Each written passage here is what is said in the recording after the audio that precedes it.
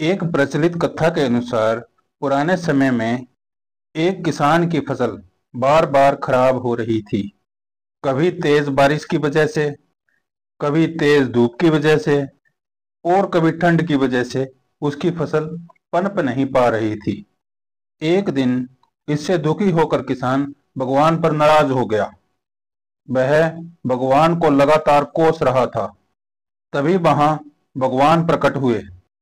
किसान ने भगवान से कहा कि हे भगवान, आपको खेती की बिल्कुल भी जानकारी नहीं है।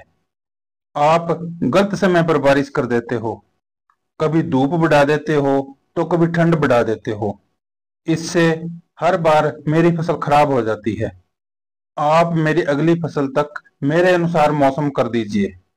जैसा मैं चाहूं वैसा ही मौसम रहे। ये बातें सुनकर भगवान ने कहा, ठीक है, अब ऐसा ही होगा। ये बोलकर वे अंतर्ध्यान हो गए। अगले दिन से किसान ने फिर से गेहूं की खेती शुरू कर दी। अब जब वह बारिश चाहता था, बारिश होती थी। फसल के लिए जब उसे धूप की जरूरत होती थी, तब धूप निकलती थी। इस तरह उसकी इच्छा के अनुसार मौसम चल रहा था।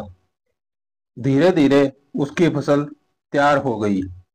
हरे भरे खेतों को देखकर किसान बहुत खुश था।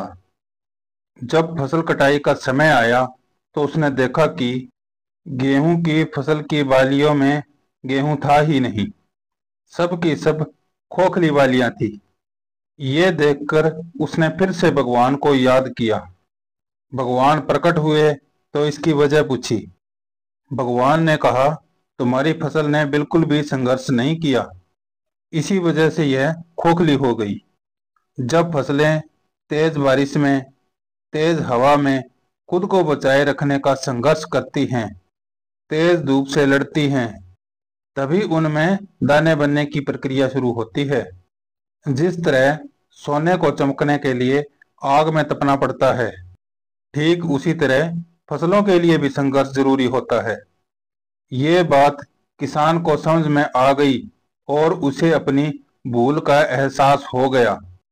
इस कहानी से हमें यह सीख मिलती है कि जब तक हमारे जीवन में बाधाएं नहीं आती, तब तक हमारी प्रतिभा में निखार नहीं आता। बाधाएं ही हमें साहसी बनाती हैं। परेशानियों की वजह से ही हमारा सही विकास होता है। अगर यह कहानी आपको पसंद आई हो तो लाइक, शेयर और सब्सक्राइब करना ना भूलें। धन्यवाद। आपका दिन शुभ हो।